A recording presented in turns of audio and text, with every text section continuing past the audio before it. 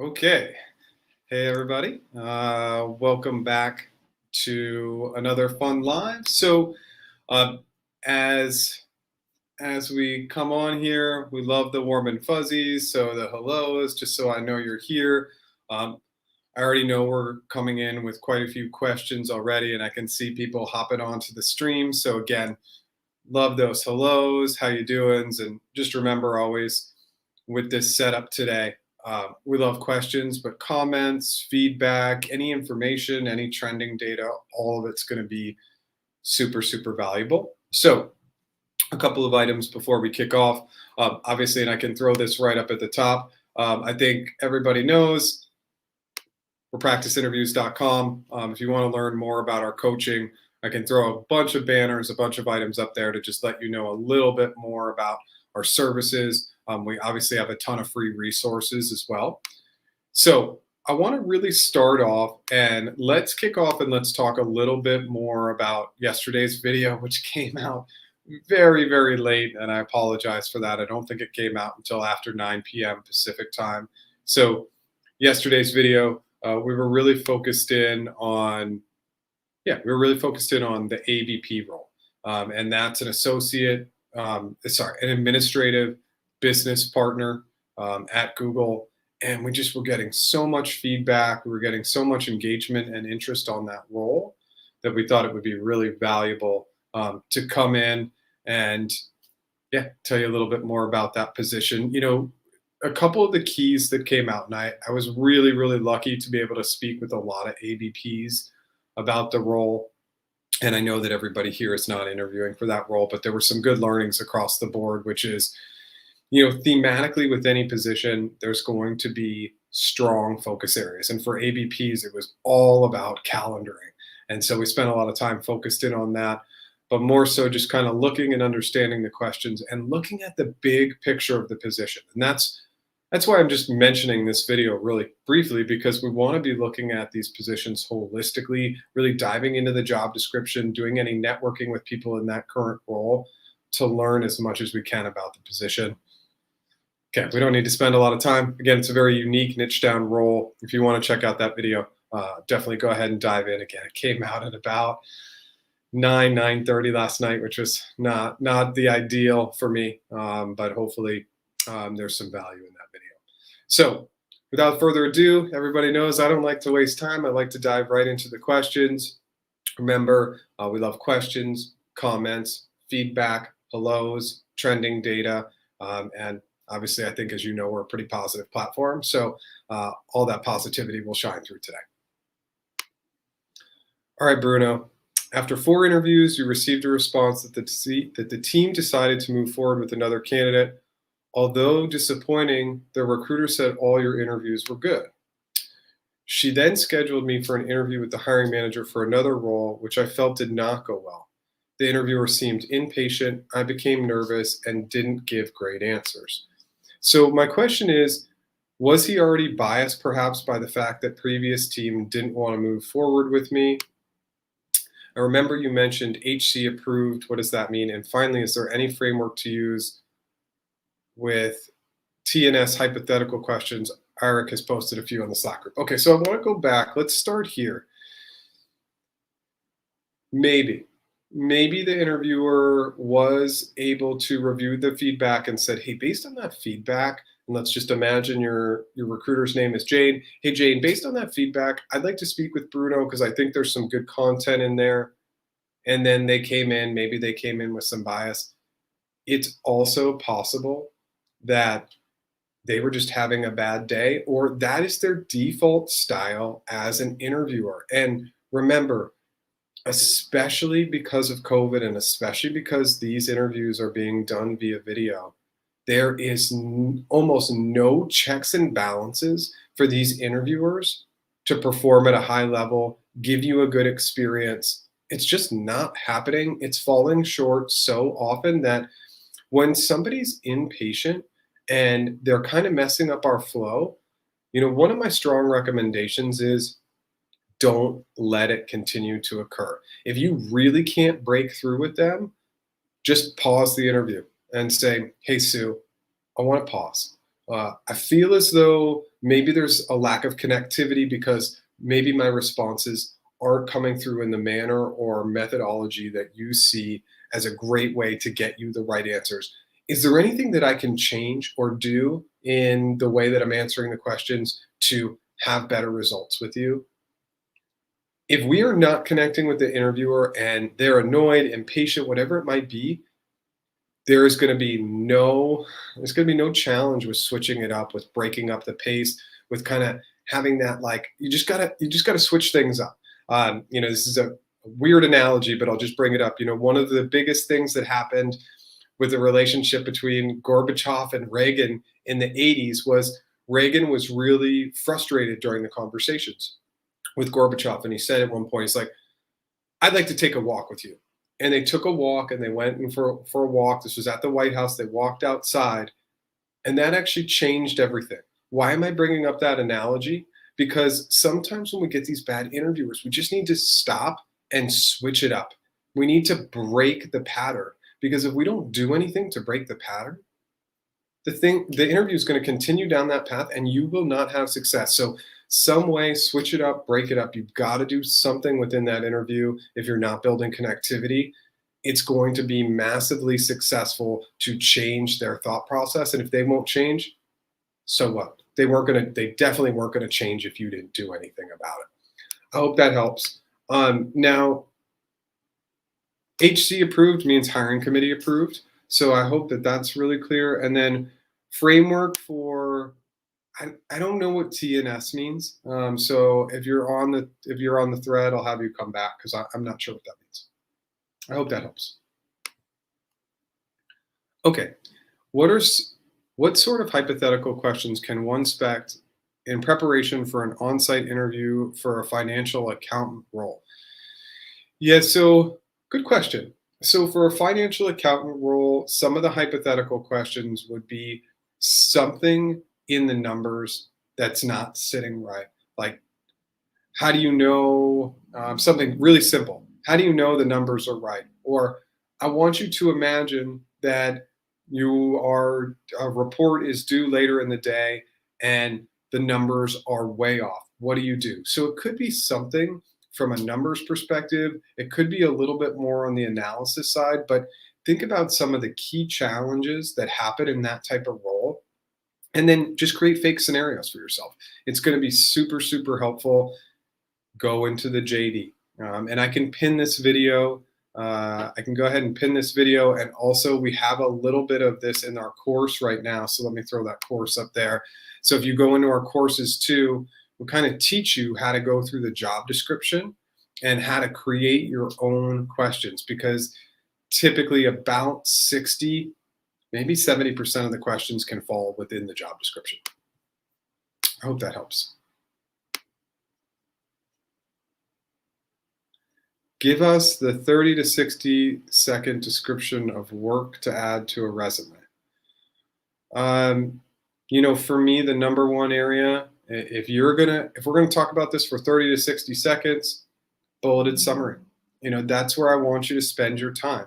And every single resume should be unique to the role that you're applying for. If you create a great bulleted summary, have a default one, and then you pull up a job description, pull out a couple of responsibilities, qualifications that are critical for that role, and put them into your bulleted summary if you have those skills. Bulleted summary is the best way for me to provide value in 30 to 60 seconds in regards to the resume. Another question, during the non-tech rounds at Google, does our response be based on personal experience or hypothetical by using clarifying questions and frameworks? So your response should be based on experience. If the question actually asks for an example, and you'll hear it. Tell me about a time when, give me an example of, what did you do in X scenario? It's going to be very clear when an example is needed to be asked for. The open-ended questions typically start with words like how, I want you to imagine, etc. If it's not clear, just ask your interviewer. Usually they'll be happy to answer you. All right. Hey, Jesse. Okay, thanks for your help. You've been in the Google process for an AM role for about 5 months. They get back to me every 6 to 8 weeks, and you've had a general HR screening, and an adjacent team member in the interview, mostly behavioral, and back-to-back interviews with 2 different hiring managers. I followed up a few times, but you're still waiting a response. Do you have any insights into what's next? Am I at the hiring committee phase, or should I still be prepping for additional interviews? So you should definitely be connecting with your recruiter to get these answers. And I know they might not always be responsive or forthcoming with information, but they're going to be your best source based on the data you've provided. I do not believe that you're at the hiring committee stage. I would continue to prep and practice and continue to push on your recruiter to give you the pertinent information that's going to help you decide how you should be spending your time. I hope that helps. Okay, I want to work in a FANG org, but I recently joined a non-FANG org. I'm only a few months into my current role. If I apply, will the recruiter perceive my short tenure in this current org poorly? Not really. I think that in today's current landscape, we all make job moves a little bit more frequently than we used to in the past, and they don't know what's going on in the current org. And remember, by the time you get hired at any of these FANG companies, usually it takes 2 or 3 months. So at that point, you'll have been there for a half a year. So I wouldn't worry about it too much. I mean, if that's what you want to do, I would just say go for it. Okay. How would you approach this question for a program manager?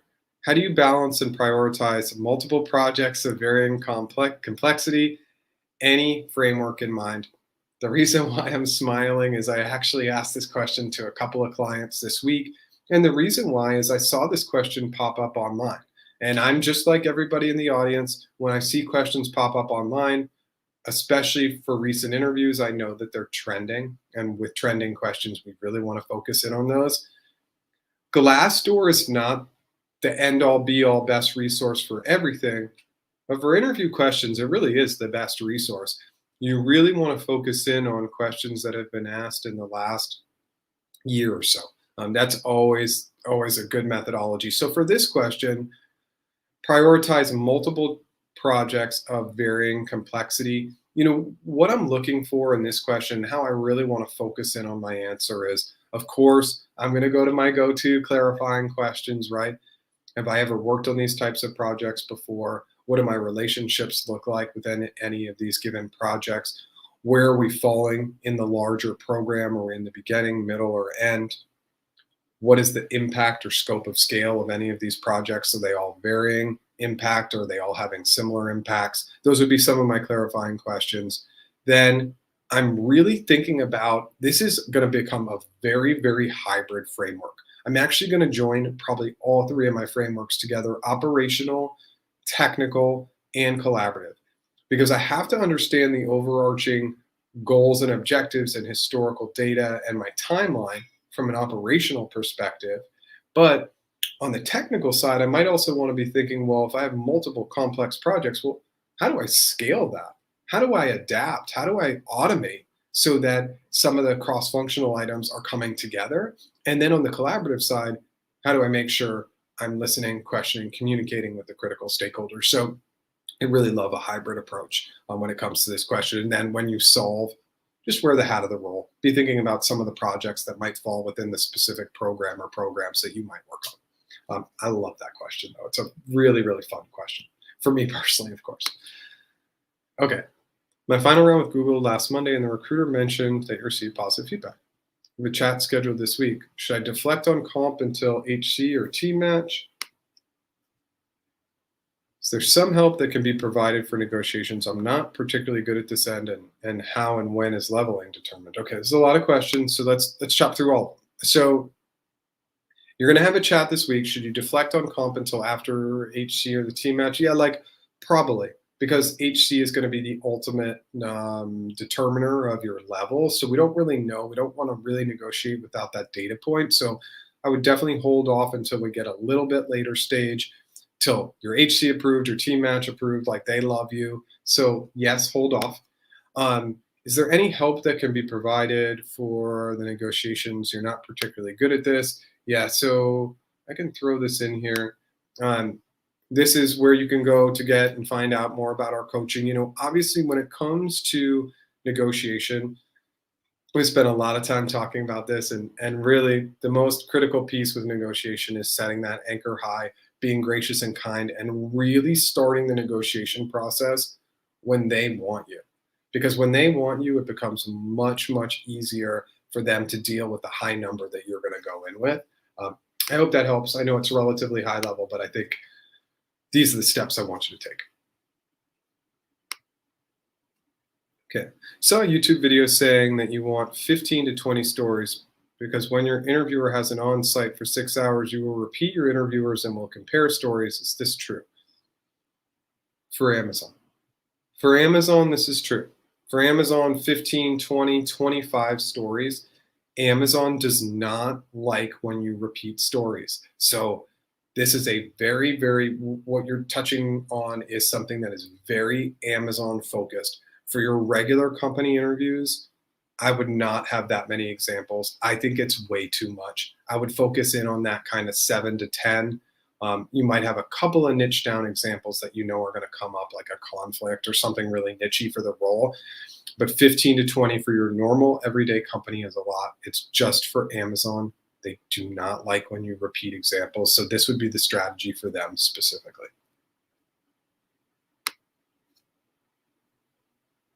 Okay, and then I guess this is the second part. So for an SDE, it would be even less.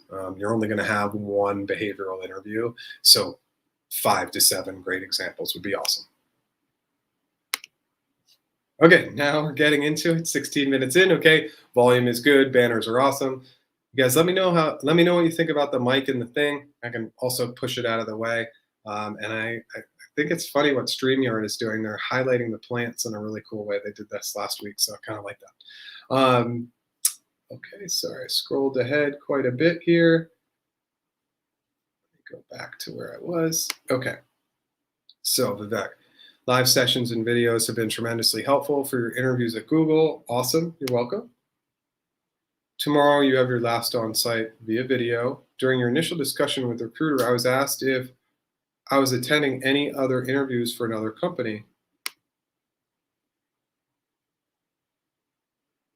which she asked to let me know if I'm getting close to an offer so the process could be expedited for me at Google. Yes, this is very common. I received my comp structure from another company this week, which I'm still negotiating. Because my interview is being scheduled tomorrow, I haven't told the recruiter yet. Also, my recruiter changed to a senior recruiter just before my on-site. Can I let them know of my offer immediately after the interviews, or should I wait a few days? There's not going to be any reason why you should hold off on providing that information now. The only information you're going to provide is, hey, you asked to let you know if anything else popped. Something popped. So I had an offer come through. We're in the negotiation phase. The more clarity you can provide, the better. Hey, if it's a competitor, you absolutely want them to know that. But I wouldn't even wait until tomorrow. It's just a data point that's going to be helpful. If they have this data point, then what they can tell your interviewer tomorrow is, hey, my candidate, they have a competing offer, so I'd really like it if you could turn around feedback today. Huge benefit to you. You can push the process, so I would let them know today. The amount of details you want to share at this point, that's up to you.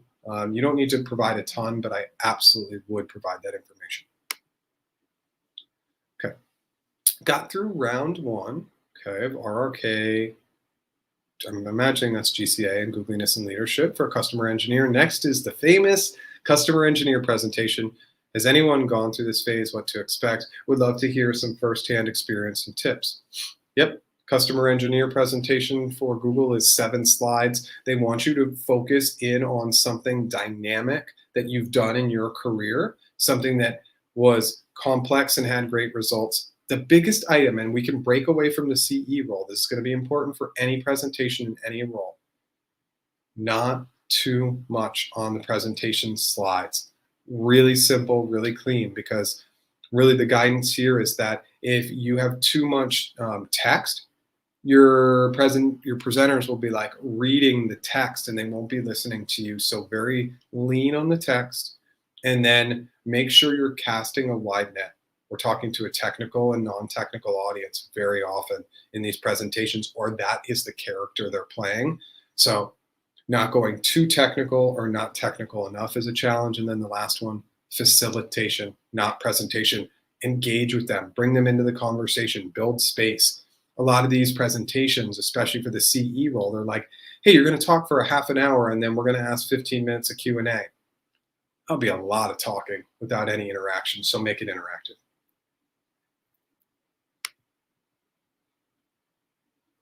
Okay, since you made the mistake of sharing your current comp with a recruiter, can I now leverage my offer from the other company while negotiating my total comp with Google? Yeah. You're gonna hopefully that competing offer is really strong, and you're gonna push that up as much as you can to make sure that Google's aware of it, because Google strongly considers competing offers.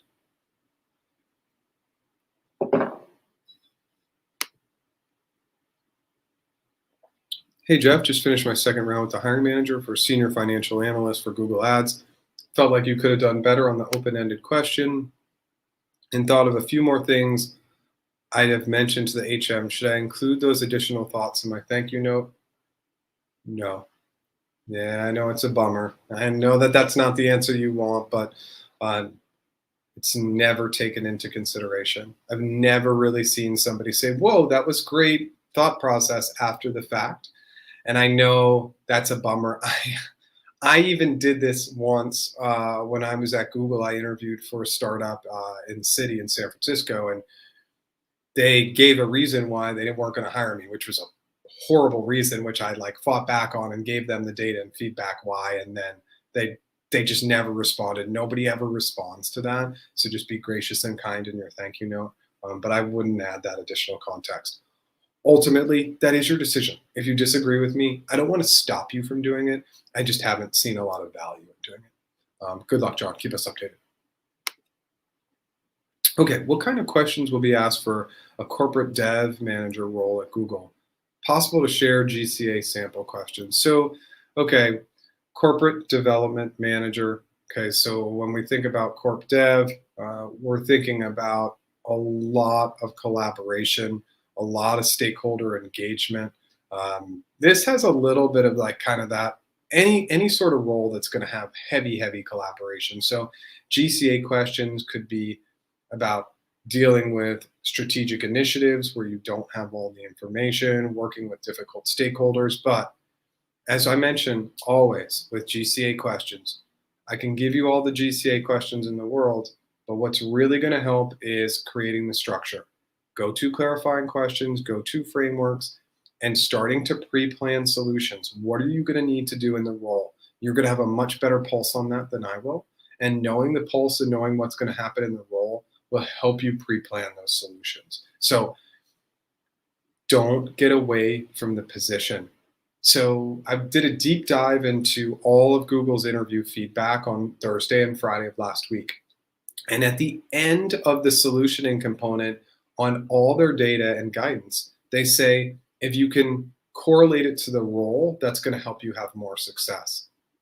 I would say if you're not absolutely 100% focusing on the role and the solution, you're making it way harder on yourself. So as random as the question might get, like open a pastry shop, bring it back to corporate development, right? That is the key, because it makes it easier for you. It will allow you to niche down and have more success. I hope that helps.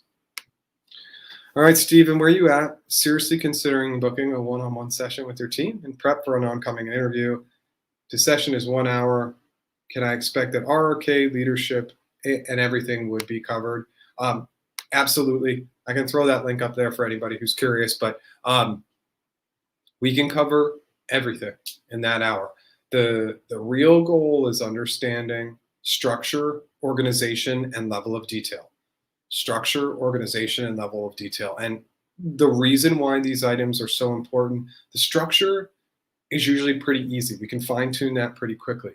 How you organize the information within that structure is more difficult. And then the level of detail is absolutely the trickiest item. So that's just something that takes a little bit of work, and you need to know will never be perfect. But yeah, I would say if it's something you're interested in, I think we have availability starting on Friday, and we are available on the weekends as well.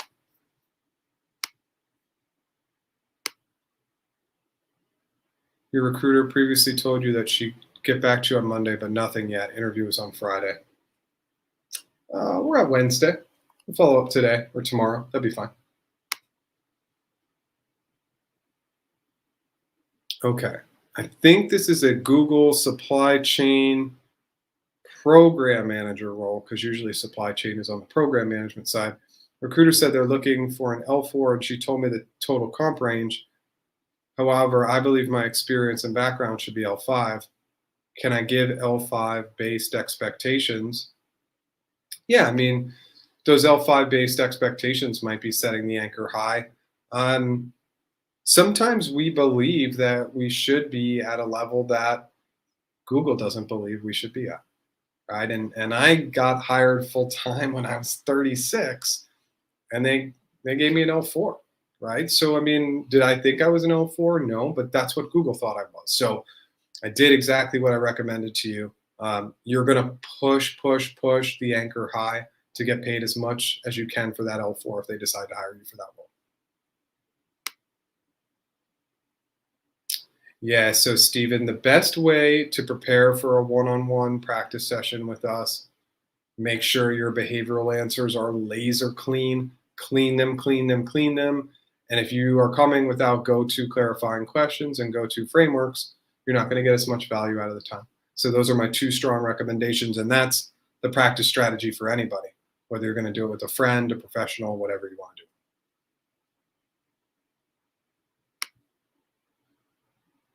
Joining Google on Monday next week. Thank you for the awesome guidance for the last 14 months. Yes.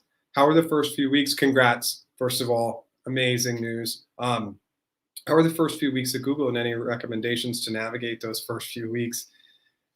Yeah, it's so tricky now, right? Because, so this is a good data point that popped since the last live. Google made an announcement, I believe it was maybe late Wednesday, Thursday of last week, that they're not going back to the office till mid-October. So it makes it weird, right? Like your orientation, all this stuff is going to be remote. I know it's not ideal, but going back to normal soon, hopefully, if everything kind of settles down. So mid-October, but in those first few weeks, you just want to relax and ease into the orientation.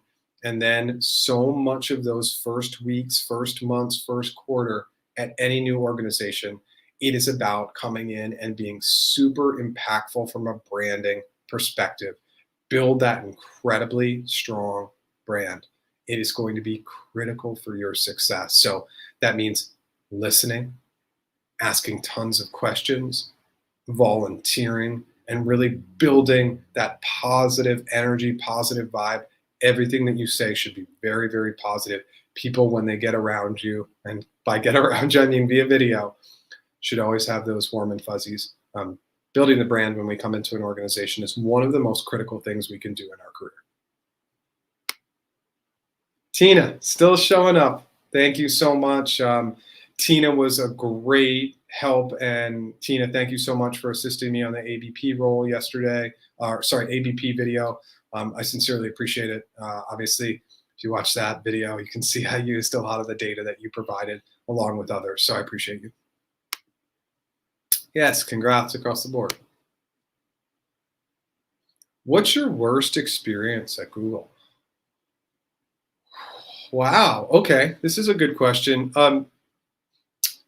My personal worst experience at Google was my inability to learn how to manage my managers, meaning learning how to like attribute their personality types to my personality type and navigate that space with my leads. And that happened actually multiple times. So it wasn't just one instance. It was multiple instances of me not building the right connectivity with my leadership to build stronger relationships with them.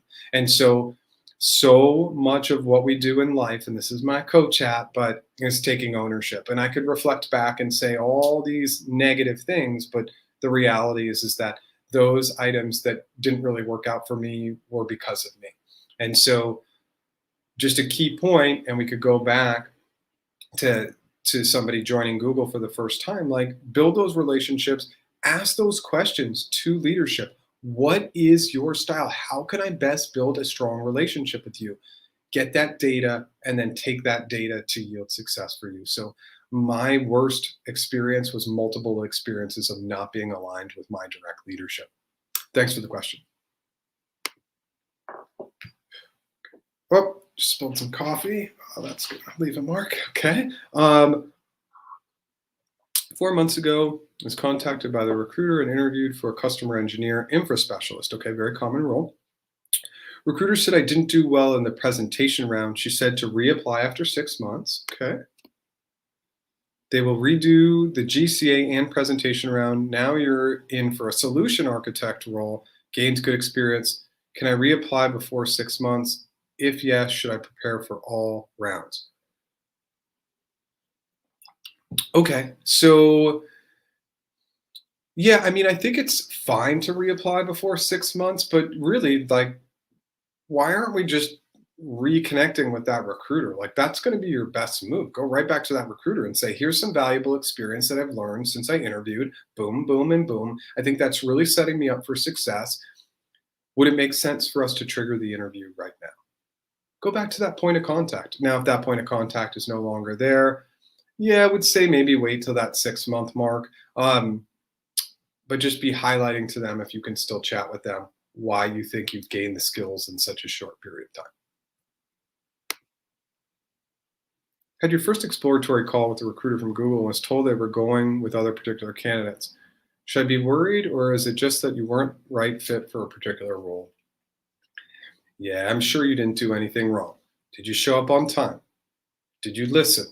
Were you gracious and kind? If you did those 3 items, then it was very, very likely that they had others that were just a stronger domain fit. That's all. Recently hired. Assuming similar products, is it better to join a team where a manager is relatively new without any other reports, or a director level manager with 10 reports? How would you compare the general exposure and work-life balance? Which campus has more exposure, Mountain View versus anything?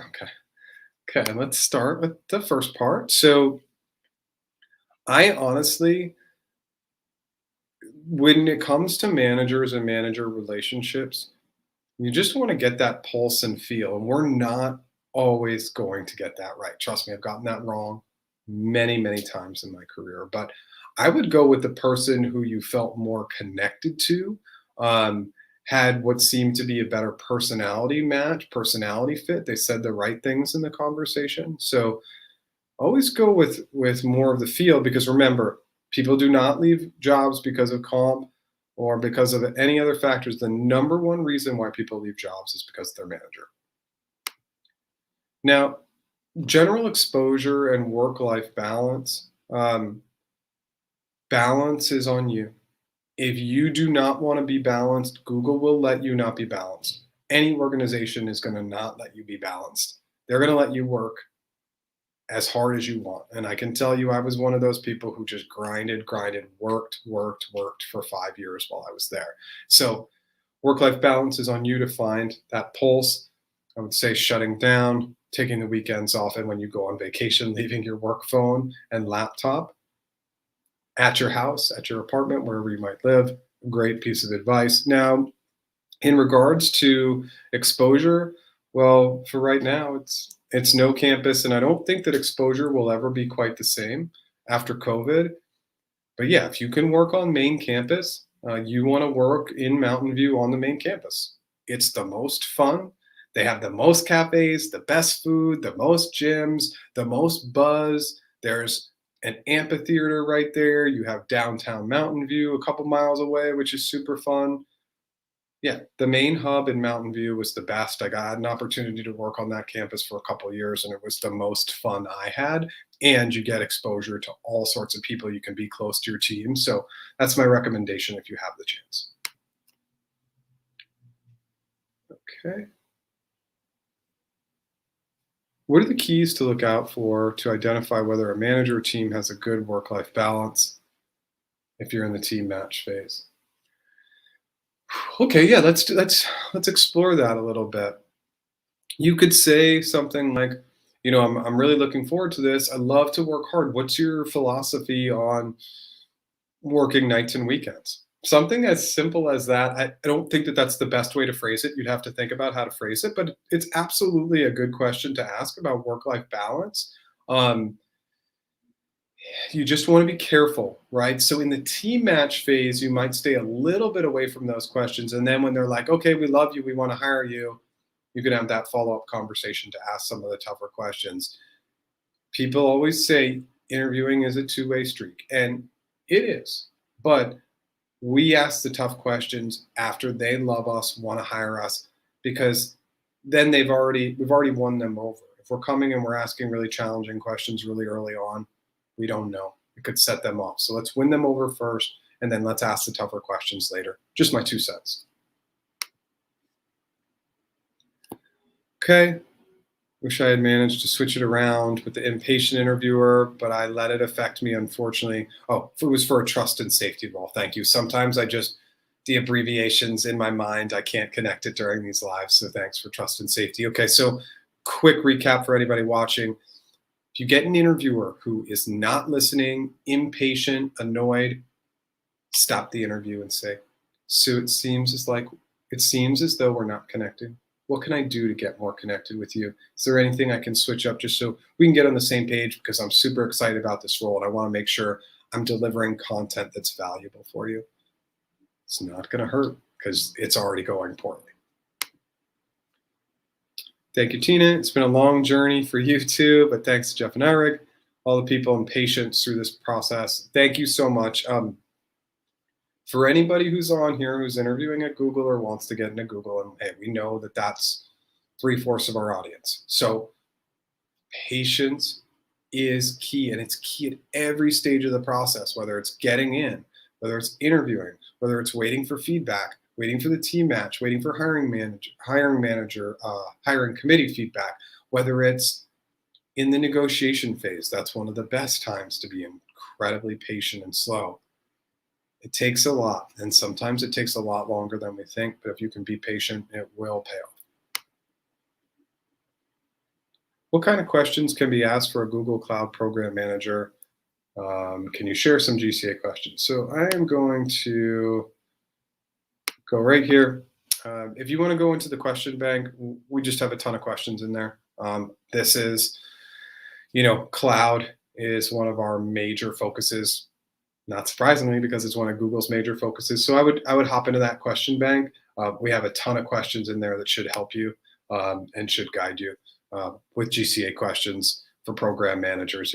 It could be anything across the board, but just be prepared for anything and make sure that you have a program management lens in the solutions, meaning you're not trying to do all the solving. You're trying to do the solving by utilizing key stakeholders within the program. I hope that helps. You're scheduled for your very first Google phone interview with Google for a new business strategist role. Any suggestions other than studying through your YouTube comments? Yeah, I'm going to send you right to our course. So you can see I'm kind of using these banners today for the first time, and it's cutting my head off. So we'll fix that a little bit moving forward, but we wanted to throw these banners in and timestamp it so people could see exactly where to go. But we outlined the course. We're actually going to be revamping and introducing a new free course very, very soon. I'm hoping in the next week. It's going to be a little bit cleaner, a little bit shorter, and it's going to highlight a lot of key items that we have developed over the last, we released that course in December, so it's been more than 7 months of learnings that we'll introduce. So go to that course for now. It's really good, but it's going to be better in the next week or so. You're wondering about the who and when related to receiving an offer. Who gives you the offer? Who do you negotiate directly with? Okay. When does the offer appear? Is it after hiring committee? How often does the hiring committee meet? Okay.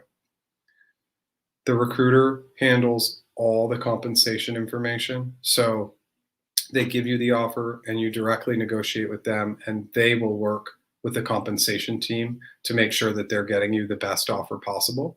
So you will never speak to the hiring manager about comp unless they specifically address it with you, and you will still deflect at that point and say, working on it with the recruiter, we have it handled, right? You do not want to utilize them. That can be a huge downtick.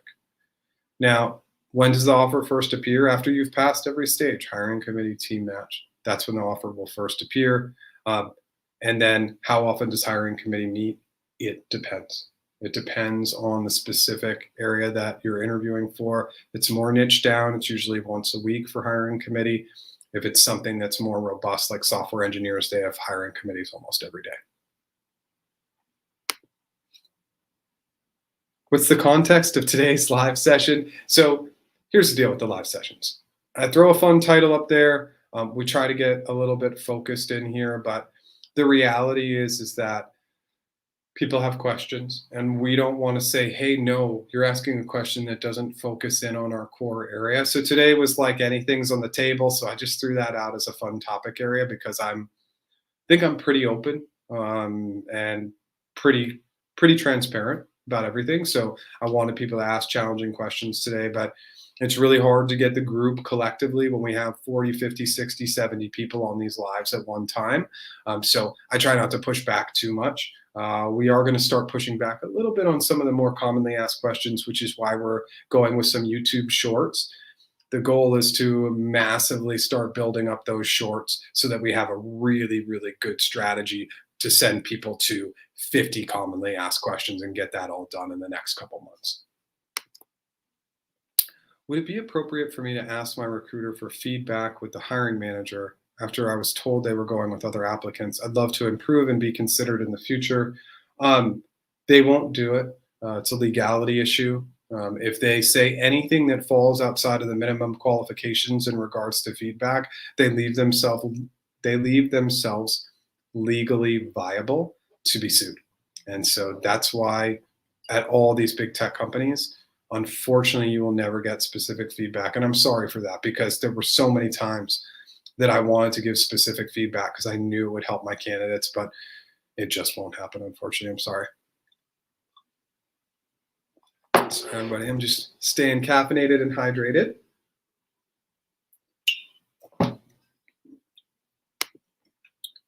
Okay, yeah, so the mic is not new, but it's in the scene, so I can move it out of the scene too.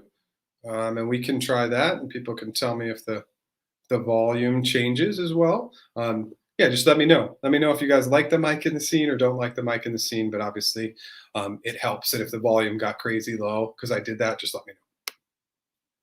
Hey, Bruno. Okay. How could you pursue other opportunities you've applied with the recruiter if the one role didn't work out? So the number one item is you have to ask the recruiter, what's the cadence? Is it okay if I reach out to you once a month, once every quarter, once every 6 months, and then do all the work for them? Go and get the specific job link of the job you're interested in. Highlight 3 or 4 areas with bullets of why you're a good fit. Provide an updated resume for them.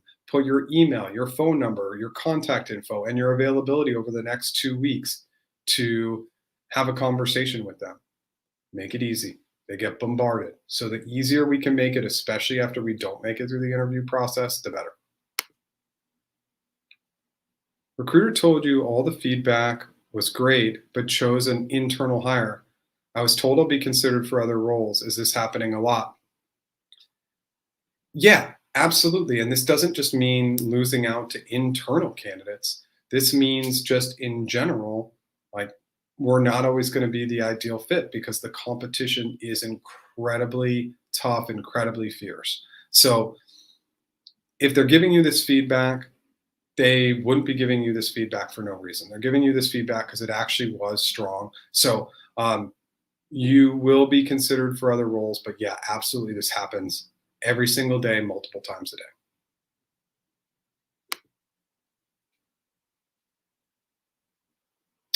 Any chances they'll hire you? Sorry, I didn't see all these. But you have to go through all the interviews again. Going through all the interviews again, the answer is it really depends. So it depends on a lot of factors, like where were the areas where you didn't do well? Like if you did great on the Googliness and leadership interview and they want to re-interview you in the next 3 to 6 months, you're probably not going to have to redo that interview again. But if it was like RRK, Yeah, like of course, if it's a new role or or you're going after a similar role and it didn't go well, it just depends on what interviews you did well on and how they look at that data to say, okay, we need to redo everything or we just need to redo some items. Okay, you'd like to understand the fact that the recruiter was happy to send me to another role. Does it mean that you failed HC, but perhaps the role didn't align? You did not go to HC.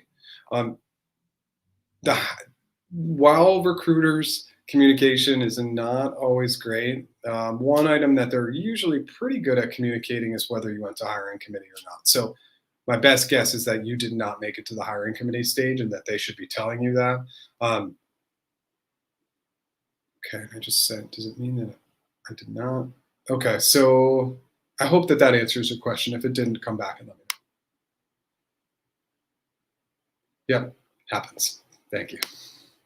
Okay, knowing that Google wants people back in the office on October 18th, what have you heard about people having to relocate potentially? I've heard that they have a 90-day window post back in the office. Thank you for that. One of the items we love on this platform is bring in the data. This is exactly correct. 90 days after the expectation is to be in the office. And remember, when Google goes back, and I think this is going to be for the bigger, more flexible tech companies, it's a 3-in-2 model. They're going to expect you to be in the office 3 days and have the ability to work remote 2 days. So we're back in the office only 3 days a week. Ability to work to not relocate, limited, slim to none. Google likes having people on site. That's why they offer all the perks. They want you in the office so that they think you work harder in the office, whether that makes sense or not. I don't know. Kind of want to be in the office because the free food is pretty amazing. I mean, it's restaurant quality food. I haven't had a lot of opportunities to talk about the food lately, but I love talking about it because the food is so good. People say they don't care, but once you work there and you leave, you just dream about the food. And both my wife and I worked at Google, and I can tell you we both still have dreams about the food. So, but in terms of, and sorry, I digress, but in terms of ultimately relocating, yeah, you're going to have to do it 90 days after that October 18th date. Now, remember, that might push out later again, just based on the Delta variant. They might just get nervous and they might just say, look, we're not going back next year. And now all of a sudden you don't have to relocate till April 1st of next year. There's a very, very viable possibility of that. Okay, what would be the top 4 things you'd recommend one does once you receive a new job offer, but with a salary amount lesser than what you anticipated? Number 1, be gracious and kind. Graciousness and kindness plays huge when it comes to the offer. Secondly, go in with that low number. If you haven't talked numbers before, go in and set that anchor high, right? Say, unfortunately, you're offering me 100K and my expectations were 150K. So it's pretty far off. So you go in, you set the anchor high. Third is you do not get reactive to negativity from anybody who's providing that information. So what I mean is, yes, this is gracious and kind, but it's also space. One of the items that we coach the most with our negotiation clients is to hear and take in all information, pause and be incredibly thoughtful in your responses. So that's third. And then fourth, I would say and throw out there, hey, best and final, not always. So if they say this is best and final, it's okay to push back and say, you know, I'd really appreciate it if you could go and talk to the comp team, if you could bring the offer up, because my expectation, as I mentioned all along, is 150K a year. So those are the 4 items. I hope those 4 items help. Does giving interviews for 2 to 3 roles at Google and getting rejected impact your future interviews? Do they maintain the record of previous interviews that the candidate has given? They do, and yes, it will.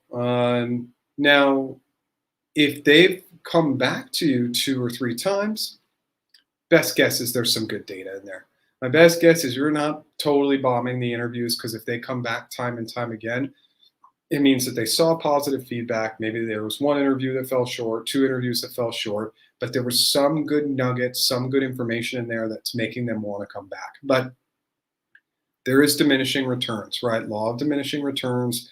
Like, after you failed the interview multiple times, they're going to come back less. And then there becomes the point where if you haven't passed the interview process 3, 4, 5 times, where you might stop hearing from them. You might have less opportunities. So what does that mean?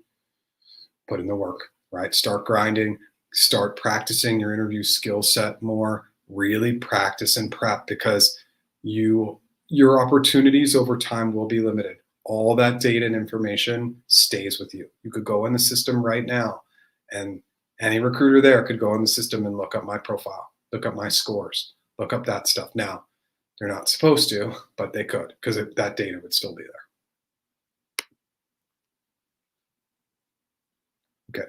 Looks like hiring committee is now removed from the recruiting process. You finished your final round with positive feedback, and the recruiter mentioned Google is no longer using HC.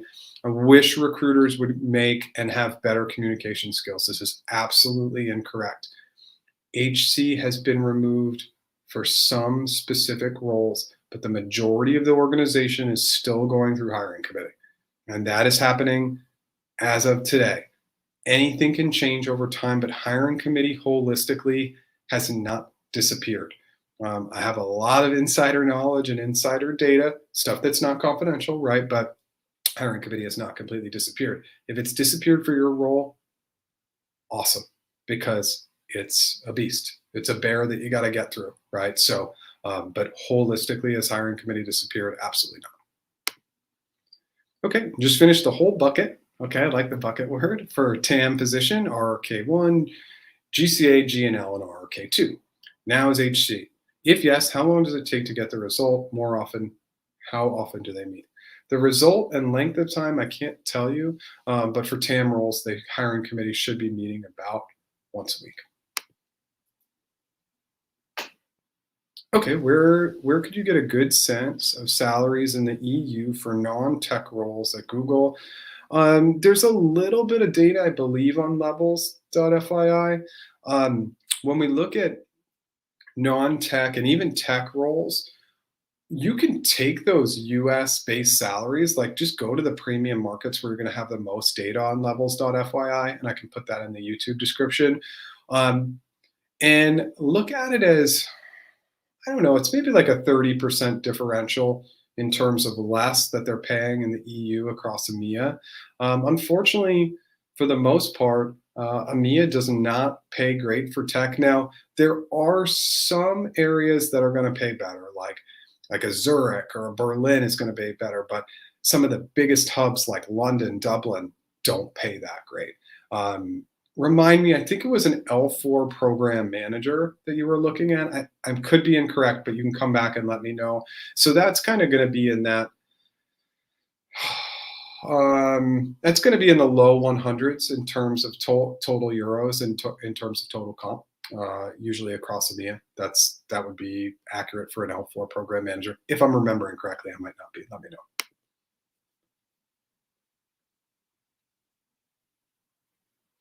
Okay, please, if you have any tips for negotiating your remuneration of offered a role as a consultant on a contract and not full-time. Yeah, contracting roles, you can definitely negotiate that hourly rate. And what you really want to find out is overtime. So is overtime a consideration? Because that might mean you push a little bit less, but if there's no overtime, then you really, really want to bump up that hourly rate. But absolutely, hourly rate is negotiable. So just, you can set the anchor high. It's not really any different. So definitely push back, even if it's a contract role. Hey, Jeff, in the interview process with Google for a 1-year fixed term for people consultant, had initial call with the interviewer, then went on to interview with 3 people in people ops this past Monday. And the following day, I gave info for another interview with a people consultant manager. Is this interview the leadership and Googliness interview you think? Emailed the recruiter for further insight, but didn't want to specifically ask which part you should ask. That is their job, to tell you what the interview focus area is and where you're at in the process. We always got to lean on our recruiters and they should be telling us this information. The fact that we have to be proactive can be a little frustrating, but be proactive. Get after it. Just say, hey, look, I really want to find out a little bit more information. So can you tell me if it's this round? Because I can't tell you. I don't know. But they should know. And they should give you that information. If they don't, push back and ask why and say, hey, I've had friends, I've heard from coaches. I know that this is typical, that we're finding out the interviewer areas like, why aren't you telling me? I hope that helps. And good luck. It sounds like you're doing well. So I think that's awesome. Okay. Yeah. Any guidance or tips on how to keep the presentation round interactive? Yes. As you practice, and with the presentations, please practice with multiple people with multiple different lenses. That's how we can tell if we're getting like way too technical, if there's any sort of like non-clarity or misunderstanding on the concepts. So you want to practice with a significant other. You want to practice with a current or former colleague. You want to practice with a professional coach, anybody who's like removed from that type of role, because it's going to be really beneficial to get multiple pieces of perspective. Why am I going on this tangent? Because what you'll do in that practice is you will build in space to say, I think at this point on this slide, there's 3 areas where we can drill down a little bit deeper, A, B, or C. What do you think? Is there one area you'd like to drill down on more? Or as we get to the next slide, this specific strategy was complex. And in this strategy, we focused in on a few areas. Now, before I dive in, should we get more into the strategy? We can table this and come back to this in the questioning phase. What would you like to do? So you're really asking good questions and just build in space. Don't just say, hey, would you like to do this? Okay, let's move on. 3, 4, 5 seconds. And then pivot and move on if they don't want to interact with you. And sometimes they're not going to, but it's still a valuable step because it shows that we know how to build in space. It shows that we know how to create great facilitations, not presentations. People don't like to be talked at. They like to make it interactive. And the more interactive you make it, the more they're going to feel engaged in the process. I hope that helps. Thanks for your awesome content on GCA and other interviews. You joined Google a few weeks back as a technical recruiter. Amazing. So happy for you. Thank you so much for the positive feedback. So happy that that data helped.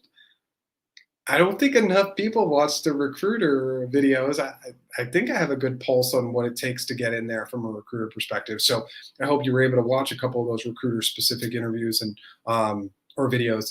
I'm really, really psyched for you. You're going to have to get after it. Make sure that you're collaborating, build excellent relationships with sourcers. Go above and beyond for them. If you do have sourcing support, just fantastic relationships. Ask great questions. Spread yourself thin. When you go back to the office, ask to go out to lunch with people. Just learn, massively consume information. You'll do great.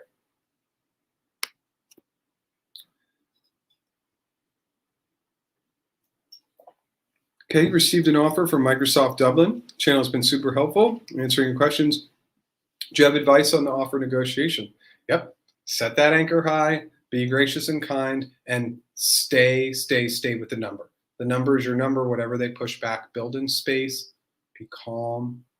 People get really nervous and freaked out in the negotiation stage. Why? You already got the offer. They already like you. So don't worry about that stuff. The Microsofts, the Googles, these FANG companies of the world are never going to go running for the hills because you give them a big number. They just won't do it. They've heard everything. And most of the people who are watching this stream have probably heard my story of the L7 candidate who asked me for $2 million a year. I did not freak out. I did not run for the hills. I just wanted to understand why they wanted that amount. And then I went and I tried to get that amount for them. And of course, I was not able to get that amount for them. But it's just, they've heard everything. So if I heard 2 million for an L7, whatever number you go in with, just have confidence in that high anchor and just negotiations. We really need to get to a Zen meditative state, because if we can bring our energy down and like really just kind of like build in space, it's super, super valuable. And the only reason why I say that is I work with a lot of negotiation clients and I see the stress and anxiety. And this is the place where less stress, less anxiety, because it's a great place to be. Good luck. What is the interviewer looking for in this question? Describe a time where you felt strongly about something but lost the argument. How did you press the issue? What was your approach after? This is an Amazon question. I don't know which leadership principle offhand this is coming from, but this is 100% an Amazon question. Where you felt strongly about something but lost the argument. Okay, so, oh, my brain is forgetting. This is the one like that, like you have strong judgment or having strong opinions. I'm just forgetting it in the moment. Okay, felt so strongly about something but lost the argument. What they're really looking for here is your ability to push back, but push back in a friendly way. I really want to understand when you don't agree with something, a strategy, approach, when you really feel strongly about something and lose the argument, is that you push back in an appropriate manner, saying like maybe it happens in the meeting, and then after the meeting, you instantly contact Jane and you're like, Jane, I don't think that this is the right approach.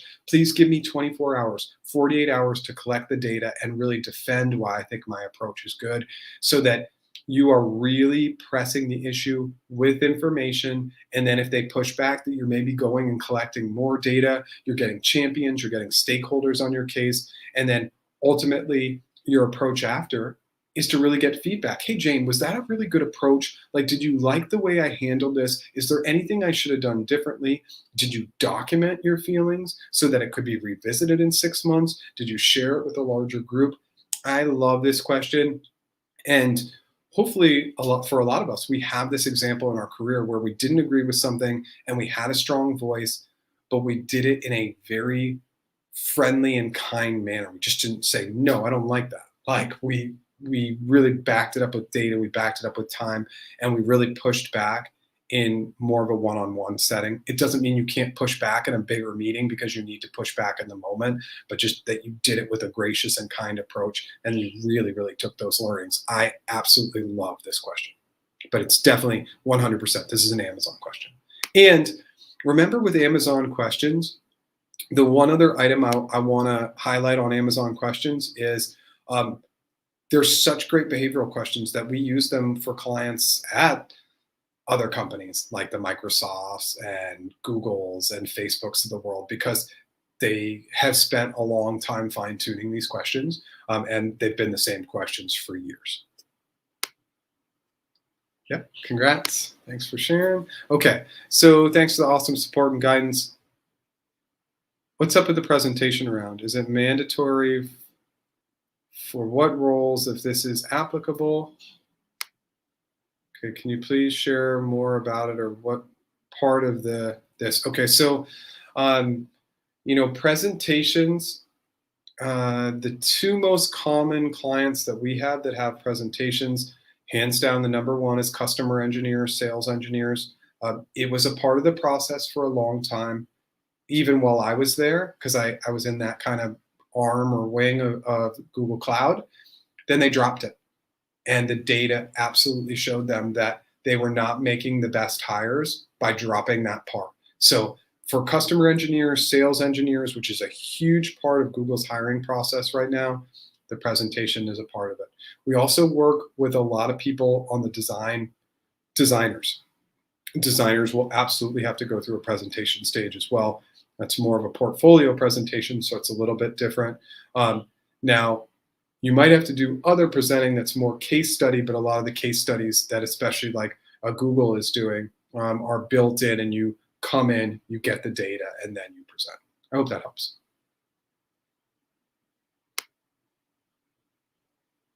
Okay, and you wanted to check it. It makes a huge difference if we don't use the jargon during response. Do you recommend lots of jargons? Well, yeah, you want to use the jargon of the role specific. So if it was like Google Cloud, you'd want to talk about compute and storage and BigQuery and Kubernetes. So you want to use the specific jargon if it makes sense and applies to that specific presentation. Yes, our lives are absolutely open. Again, I think it's important for us to throw a focus area out there so people know and feel comfortable that they can come in with those types of questions, but we're going to keep these pretty open. Again, we know that the audience has varying questions, and That's the goal of the lives. That's why we show up every week, is to make sure you're getting your questions answered. And so I will and want to continue to put focus areas in there, but can we pivot from those focus areas? 100%. We want to be flexible for our audience. You had your RRK interview yesterday for the cloud FSR role. Okay. It's very unlike Google interview experience, where the interviewer kept on interfering in between and you got less of a chance to speak. On a few occasions, I felt like my interviewer wanted to listen to certain jargons and nothing apart from that. How do you take this? Bad interviewer. So again, one of the items that I want to prepare everybody for, and candidly, we just don't see this from the other coaches out there on YouTube or in general, is our interviewers are not robots. They're human beings and they are fallible. And 50% of the time, they're really going to mess us up in the interview. They're not going to be great interviewers. So when this happens, we need to just recognize it and pivot and adjust and adapt accordingly. So in this particular case where they like to talk, okay, take that information that they're talking about and go down that path with them. Say, oh, you like this? Okay, should we focus more on X? Just really try and adapt to the personality type. I know that that's way easier said than done, because we have a plan and we have a strategy, and that's what I want you to do. But if we're not instantly, as part of our strategy, going in and recognizing their personality type within the first 30 seconds to 1 minute, we're doing ourselves a disservice. Now, again, that has nothing to do with you. It's not easy to adapt and adjust, but just whatever the path is, if they start interrupting, you interrupt and you say, hey, we need to reset, because I don't feel like I'm doing my job to show you why I'm a good candidate. If they like coming in and they keep interfering with you, go down that interference path with them, or keep your answers incredibly brief. It's boom, boom, boom. Can I expand on any of those items to just overcome the interfering component? Because the salespeople, they're chatty, right? I'm a recruiter, or I was a recruiter. I'm chatty. So sometimes you need to bring those chatty people back and get them into that listening mode. I know at this point, this is probably not super helpful advice, but I hope that guidance helps just a little bit. Okay. Does HC not exist anymore? So we answered this before. It still exists. It just doesn't exist for all roles still. You can watch Jeff's sample Q&A course. Oh yeah, Eric and I did a course. So we're building out some courses, and let me go ahead and throw this in here. We're building out some interview courses that are video-based, but we're just trying to organize some of the data and keep those items free, but just put them in one platform on our app that's going to make it really, really beneficial for you to just be checking out this information. So we want to continue to drive you towards that course. It's free, and again, we'll be revamping the course and making it better in the next week or so. Okay. Okay, cool. All right, I'm going to move on from your guys' conversation, but hopefully Ira can help. Yep, congrats. Leave the mic in the scene. All right. Right back in here. Cool. Just wanted to see what you guys thought. I know that the volume, the pitch might come. I have one of those things that works with the buffering, but I don't know what it's called. Okay, we'll keep the mic in and see what other people think. Okay, thanks for all the great material. You got the job at Google, and I used your material as one of the main sources to prep. Gabriella, congrats. So excited for you. I mean, we love this positive feedback, and we know that we are just a small part of your journey, right? You are doing so much hard work and effort, and you're grinding behind the scenes. And this is what people don't see. They're like, oh, you got the job at Google. Yeah, you got the job because you probably worked harder than 99% of the other people that were interviewing. So congrats to you. It always shows up when we put in this extreme prep and practice. What is the interviewer looking for when they ask about a time you use contradictory data to solve a problem? Ooh, or a time you couldn't use data to solve a problem? This is for a PGM role. Great question. Any of these tech companies, they are going to use data as a default mode. So whether it's contradictory data, which is actually pretty fun, that could be to just have and opposition have a different stance, and maybe it's not even because you agree with it, but you just want to pose it as an alternative. I think that's great. When you couldn't use data to solve a problem, this is often asked because we live in a world with a lot of ambiguity and things are moving fast, and sometimes we're working with items where we don't have all the data, so they want to see how you take use cases, POCs, trending analysis, competitor analysis, any historical data, and you use that to put the pieces of the puzzle together to say, hey, we're 90% of the way there, and based on that data, my best guess is X, and we're going to move forward. The contradictory data one is super fun. I haven't really even seen that question, so that's a great question. Hope that helps. Let me know if that answer helped. The food is amazing. You still miss the food. It's so good, everybody. So if you can get the job, I mean, like some of the best food I ever had was in these cafes. There was one cafe that did this like amazing salmon. There was another one that did amazing octopus. I know that that's seafood based, but like the seafood there is just so good. So I miss it. You have 2 interviews tomorrow with Google for leadership and Googliness, GCA and ROK. Any tips? Yeah, come back to me. Let me know what the role is. For people manager roles at Google, what guidance can you provide for getting an interview? How long after applying should I consider not going to get called after an initial interview?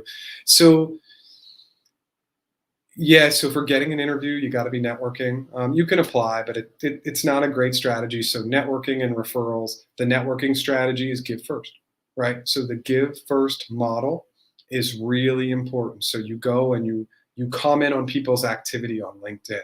You like their activity. When you reach out to them, and specifically second connections, hey, hey Tina, I saw your profile, and we'll go with Tina because she's a recent AVP hire at Google. Hey Tina, I love your background and saw you recently got hired as an AVP at Google.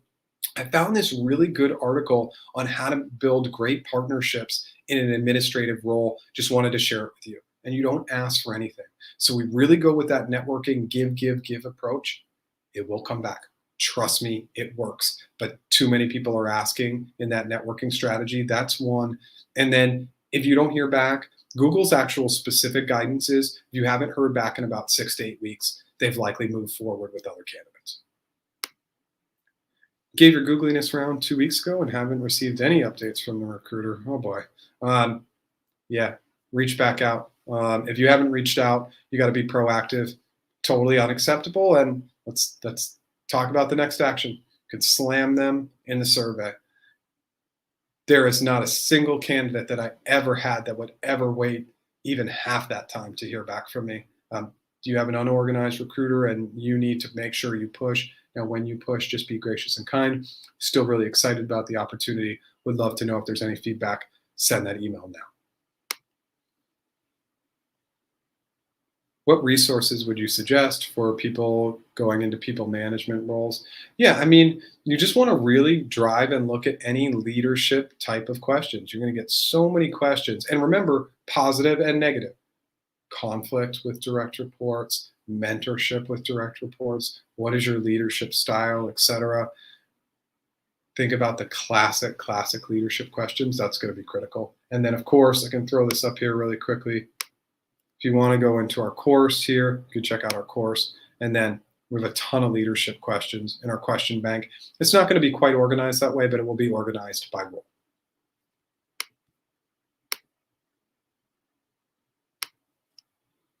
Hey, Jeff, does the interviews really mean what they say during RRK and GCA?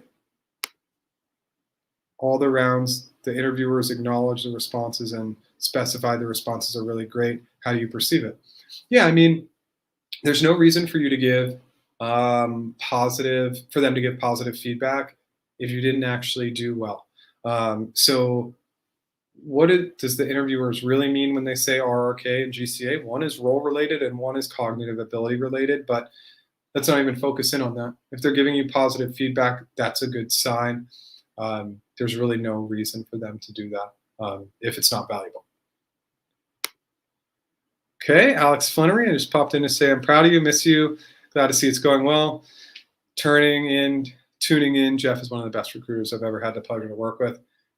I miss you, buddy. So please, please text me. I haven't heard from you in a really long time. So I would love to reconnect. I miss you. I think about you all the time. So please, I would love to hear from you.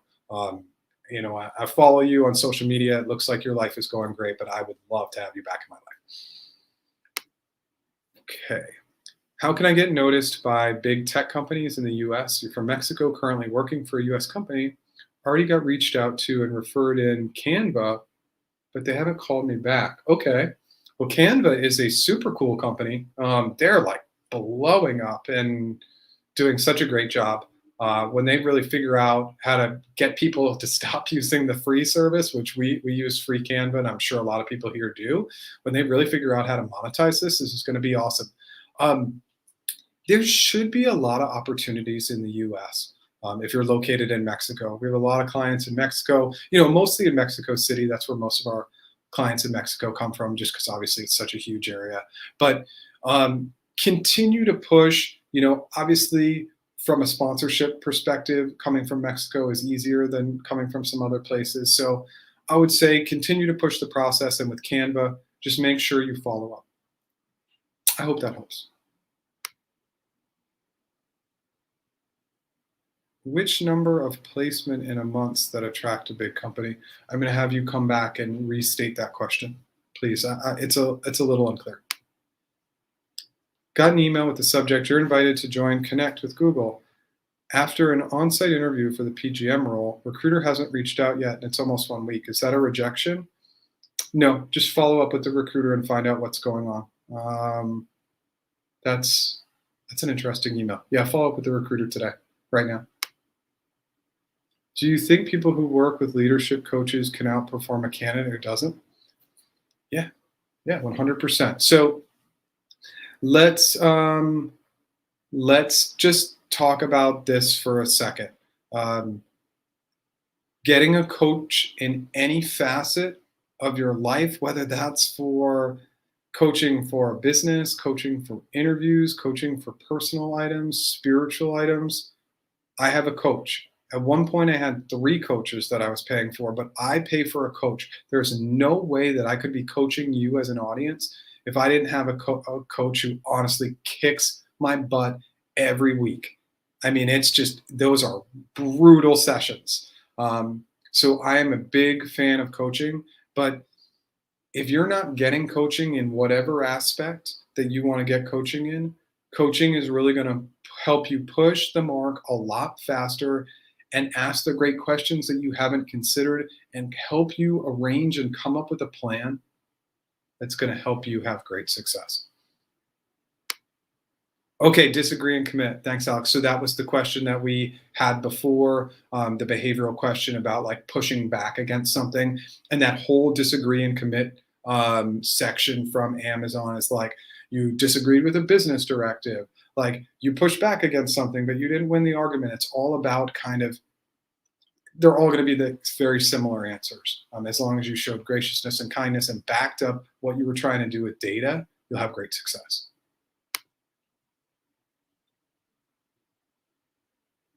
Oh, okay, awesome. 2 people were chimed right in on that one. Awesome. Disagree and commit.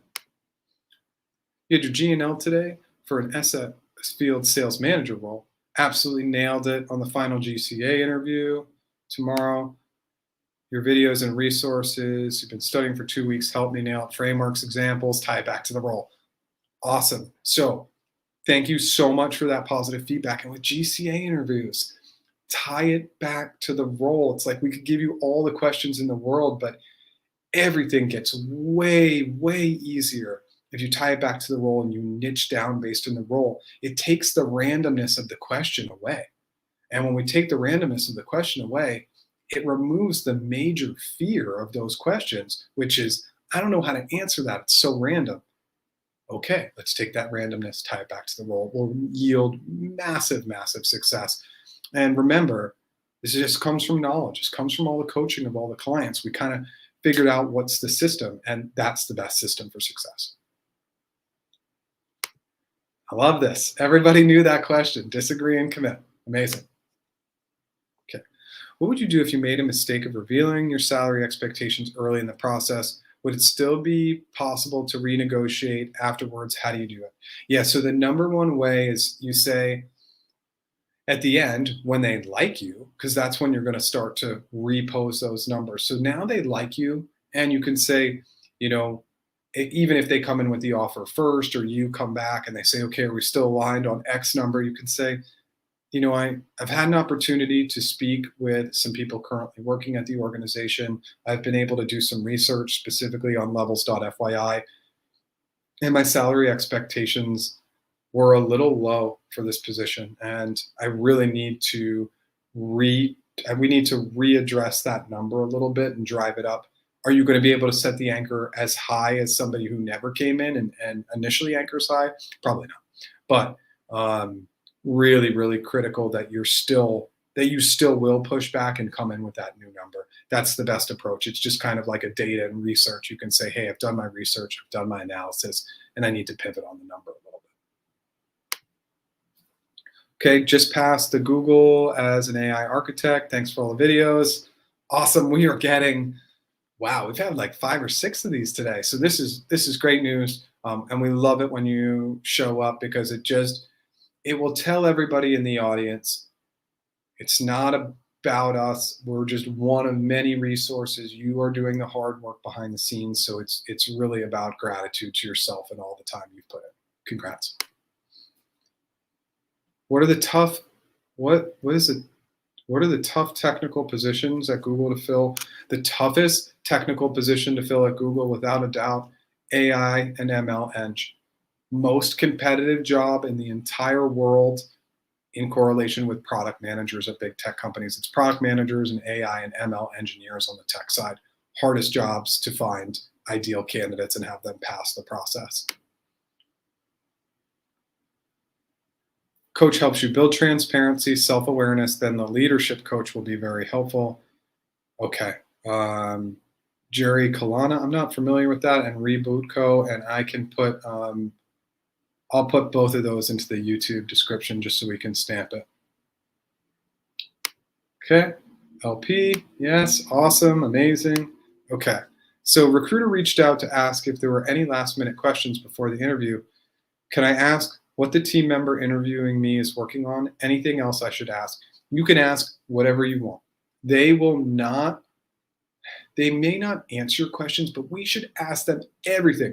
What's the personality type of my interviewer? What types of questions do they like to ask? Open-ended or behavioral questions?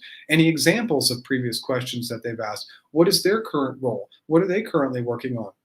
Hey, I might not answer any of those questions as your recruiter, but you should be asking them, because any data and information, like personality type, what types of questions they lean towards, open-ended or behavioral, those are not confidential items. I can share those items with you, so ask away.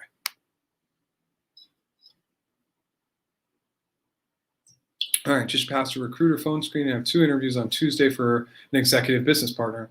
Your resume tips help me totally redesign my resume. Yes, simplicity. So many people overcomplicate the resume. Bulleted summary. And this is not Google's guidance. They have a very, very specific guidance on how they'd like to build the resume.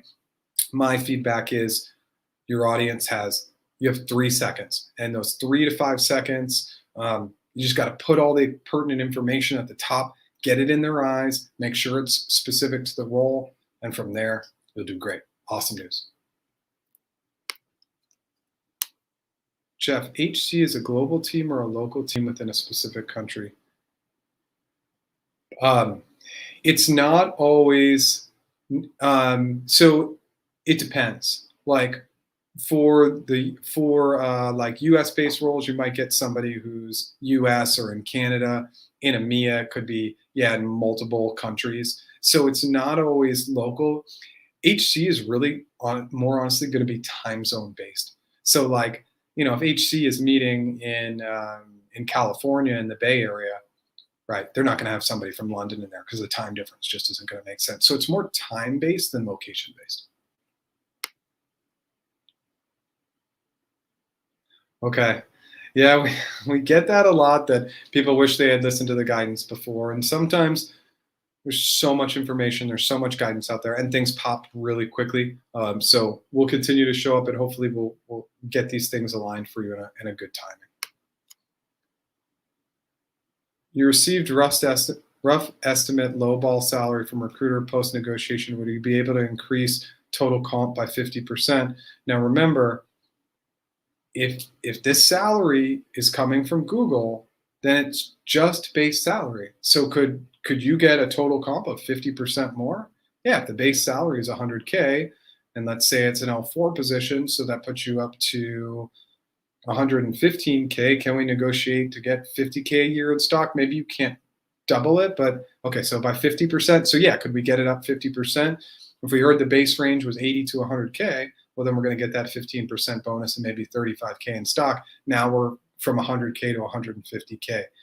It's a huge benefit for these tech companies to have to give salary ranges but not provide any additional data. So there are going to be other components, especially stock. Food at Google is unbelievable. In Dublin, we had 6 restaurants, seafood, Italian with the best pizza in town, Asian, massage pods, swimming pool, yoga classes, doctors on site. The perks are unbelievable. And I used to use this as a closing technique with my candidates. And I'd say, oh, these perks are great. And you get free food. And so many candidates, when they were in the offer stage, said, I don't care about the free food. And my response 100% of the time was, you will. Because the food is so good. And I think in Mountain View on the main campus, and again, I don't know what this is going to look like when they go back, but there were about 30 cafes, and I used to hop on a bike, and I would hit every part of campus to go to those cafes. I'd throw my laptop in a bag, and I'd go sit and eat lunch, and people were always like, where are you going? And I was so obsessed with the food. I think I was probably in the top 1% for food obsession at Google. Answering your question, my interview tomorrow is for a policy escalation specialist. Okay, and I think you had questions, and let me just go back. I think it was quite a time ago because, so policy escalation specialist, and it's for leadership, Googliness, GCA, and ROK. So Googliness and leadership is going to be pretty standard across the board, right? The positives and the negatives, the conflicts, the mentorships, inclusion, somebody's being left out. How do you make a project more inclusive? Negative is something on the unethical side. How do you lead, guide, mentor others? How do you lead, process, strategy, those kinds of questions? Now, if we go back and we think about more RRK and GCA, so policy escalation specialist, this is a tricky role because when it comes to policy items, there's a major gray area, right? And so like one of the questions that we see popping is like, how do you find the balance between safety and free speech? So like, where does that come up from a policy perspective? A huge part of the RRK and GCA is going to be, how do you collaborate with the legal, other people in policy, etc., product to make changes, eng to make changes. So extremely collaborative roles. If you go, and I'll throw this in here right now, if you go into our question bank, we definitely have worked with a lot of people in policy type roles. It may not pop as this, but you're going to see tons of policy questions in there. So lots of questions to practice.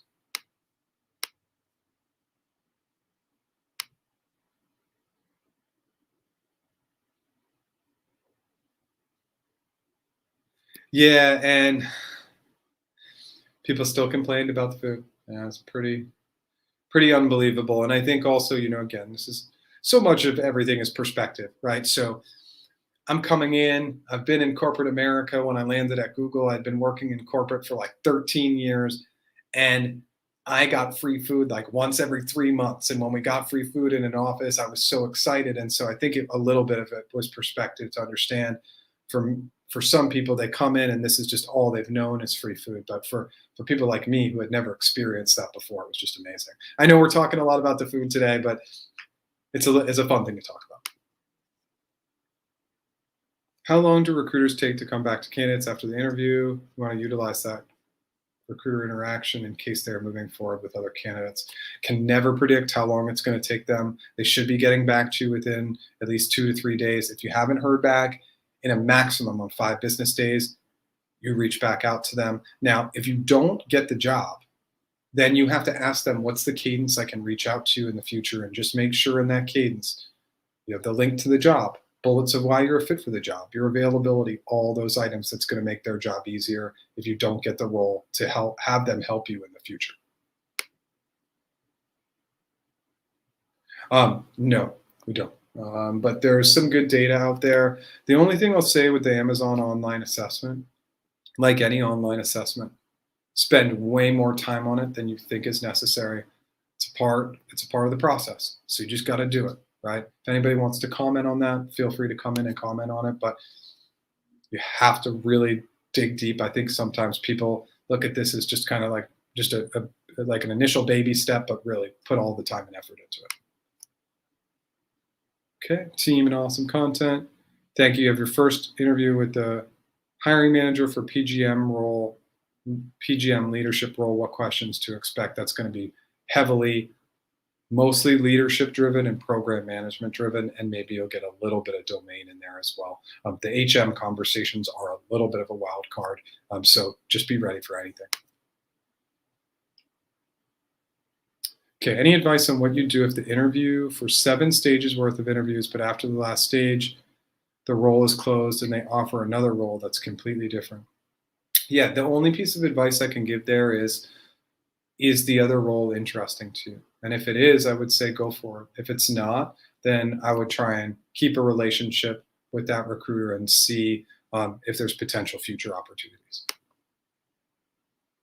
Google Recruiter called a week ago and emailed the prep materials for the phone screening interview, provided my availability the same day.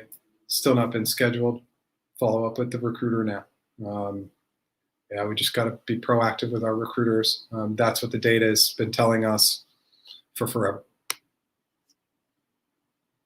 The recruiter call only took 15 minutes. She wanted to book me in on the call, but I didn't have my availability. Oh, okay. Well, you got back to, okay, so you got back to her. So just follow up again.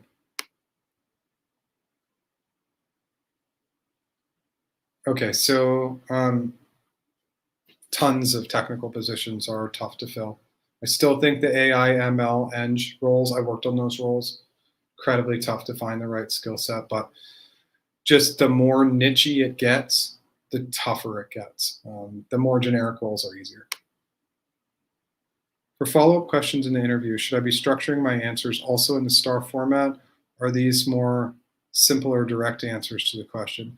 So follow-up questions on the behavioral side would come at the very end, and they only come in for 2 reasons. One, the example was very complex, and you couldn't dig into the weeds of multiple interesting areas, so you would go at the end and say, hey, Sue, we didn't have the time to drill more into A, B, or C. Can I give more clarification on those items?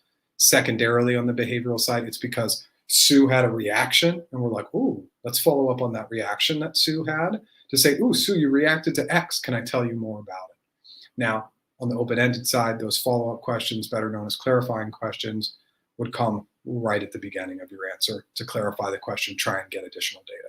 I hope that helps. You're preparing for an interview for a tech recruiter. What are some things that recruiters tend to overlook and should focus on during your prep? So I'm going to pin the video I did. That video is, I'll pin it in the YouTube description, but just to save time, because it takes me a while to timestamp all this stuff, I would say go right to my channel and look up the technical recruiter interview. I focus in on a lot of items. Things that recruiters tend to overlook in these interviews is they think that they can BS their way through the interview. They think that they can say a lot of nothing and that will work. And that happened. I interviewed a ton of recruiters, and that happened the majority of the time. And secondarily, think creatively. It's not just about good partnerships and working with hiring managers. It's really looking at data, analysis, trends, get into the weeds, take some risks. Most recruiters don't. And good luck. Your recruiter has been great. Quick follow-ups, quick to boot, clear comms, offered to have a chat after the team match. She's been amazing. Good. And I knock recruiters a lot here. So that's probably the one area where I need to work on to be a little bit more positive. I think I get down a little bit because I hear from so many clients and so many people on the lives that the recruiters aren't doing their job. And I spent 2+ years at Google building a system for recruiters globally to overcome these challenges. And it got entered and is a part of orientation now. No, I obviously worked with others to get this done. But it's just disappointing that all that time and effort, 2+ years of a project, is just being completely ignored because I have all the systems and processes for how to get back to people in a timely manner. So I think sometimes I come through here as taking it a little personal because I actually do. For open-ended questions, how many framework items should I mention after my clarifying questions? It depends. So I like at least 3, and you can go up to like 9 or 10. It just depends on how comfortable you are. I can introduce more because I'm more comfortable and I can introduce them at pace. For less experienced interviewers, you want to lean it down to maybe 3 to 5. It just depends on the question, but great question. Okay, interview question. A client's campaign is not performing well. What will you do? Okay. You have to understand your relationship and historical data. That is your ground layer. That is where you start. So the questions are, well, have the client's campaigns ever not worked before? Is this the first time it's spiking? How long have we been working with this client? Are they a new client, like 3 months? Have we been working with them for over a year? Do I have a personal relationship with them? Can we learn a little bit more about the campaigns that are not working? Are they branding focused? Are they revenue focused? Are they working with one specific product like display? Or are they working with display, YouTube, etc.? And then we really go into more of a mix of operational, technical, and collaborative frameworks. So goals and objectives, historical data, understanding that timeline, some risks, then scalability, automation, and then listening, questioning. So this becomes a heavy-duty framework where we're going to pick it apart and then just get role specific. Think about some specific ad solutions, some use cases, some trending data. That's going to be the solution. Hope that helps. Okay, so I don't know, but when I was there, it tended to go, on average, it tended to go between 5 or 6 a quarter. So if we're saying 6 a quarter, 2 a month, that doesn't sound like a lot. It is. Google's process is incredibly slow, and secondarily, it is very, very hard to pass the Google process. Then people negotiate hard and usually have competing offers. So you will get declines as a technical recruiter. Hope that helps. Got accepted at Google. Thanks for all the input. Awesome, Matt. Congrats. This is probably our best day ever for people showing up on the live and thanking us and telling us that they got the job. So super, super positive day. Awesome. Awesome. Thank you. Can you suggest any video, books, or other material for the organizational strategy round taken by a director for an L7 role? Don't see much online related. Am I searching correctly? No, I mean, organizational strategy. Yeah, it's a pretty big topic. Again, I'll throw this up here. I would say kind of go in and search through our question bank. See what you can find. There should be like some organizational roles. You're going to have to get creative because we don't do a ton of those types of roles, but we should have some good questions in there. Spend some time in the JD. Really look through that job description. See what's popping because that's going to create some good questions. But yeah, you just got to go and really have that leadership lens because an L7 is obviously a really, really big role. Hope that helps. Okay, same here. Got the Google Dublins for a sales role. Thanks for your videos. Wow, this is just an amazing, amazing day. So much gratitude for everybody for showing up and sitting through this very long live to put in the positivity. Thank you. At your virtual on-site with Google tomorrow, you've been through your videos, wondering if you could cover some sample questions for the Googliness round. Flip the coin. Time you mentored, the time you had a conflict, You have to think about inclusivity. It's guaranteed. Somebody's being left out. What do you do? Tell me about a time inclusivity enhanced a project or program. Tell me about a time you were asked to do something unethical.